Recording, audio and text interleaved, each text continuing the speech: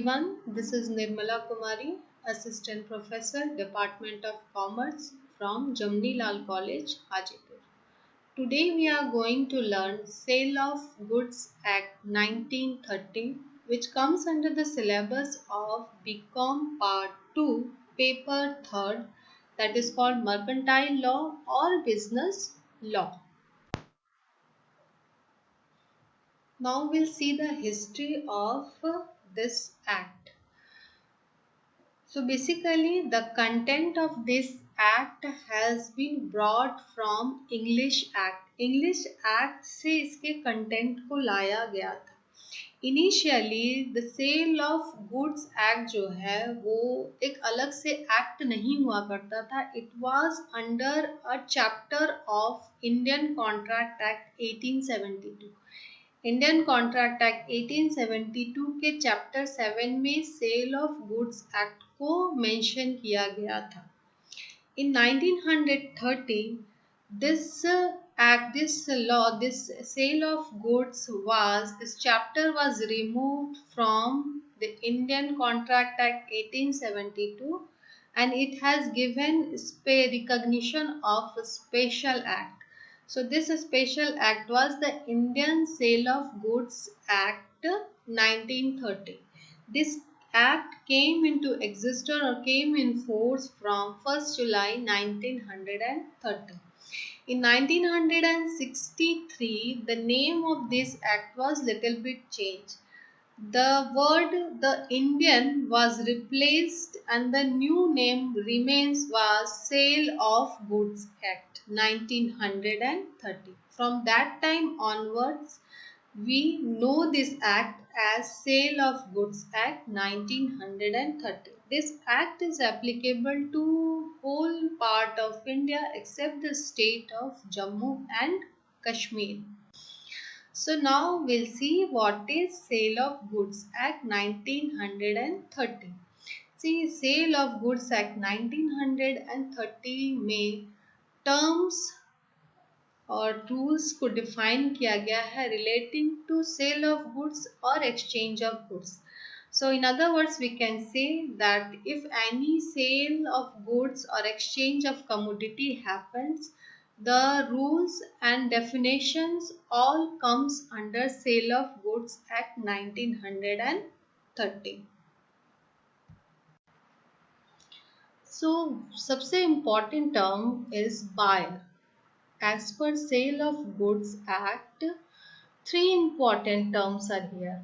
Buyer, seller, goods. So, who is buyer as per Sale of Goods Act 1930? So, as per Act, Section 2, Subsection 1 of the Act, the buyer is someone who buys or has agreed to buy goods.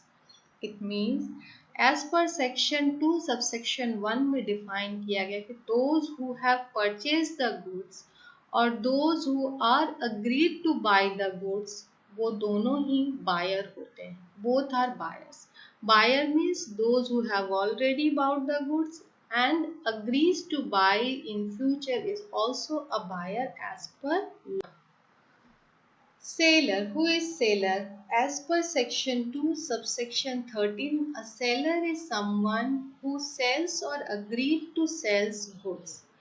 Seller वो है जो already sell कर चुका है और जो future में cell करने के लिए agreed है, that is also a seller. So now we'll see goods. As per Section 2, Subsection 7, all types of movable property other than actionable claim and money. This act is applicable to only movable property, not on immovable property. For example, we'll see X sold 10 bags of wheat to Y against payment of rupees 3000. See, X sold 10 bags of wheat to Y against payment of rupees 3000. So, X is here seller, Y is here buyer and 10 bags of wheat is here goods.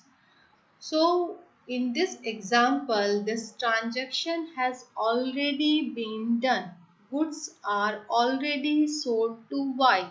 So X is seller and Y is buyer. So in as per definition, what was the definition? Definition was the buyer is one who agrees to buy or who has buys the good. So as per definition, so from the first example, we have understood that this transaction, this sale has already been done, this purchase has already been done. So it is contract of sale. Now we'll see the another example, the same example, little bit change here. X agrees to sell 10 bags of wheat to Y for payment of rupees 3000 after getting the stock.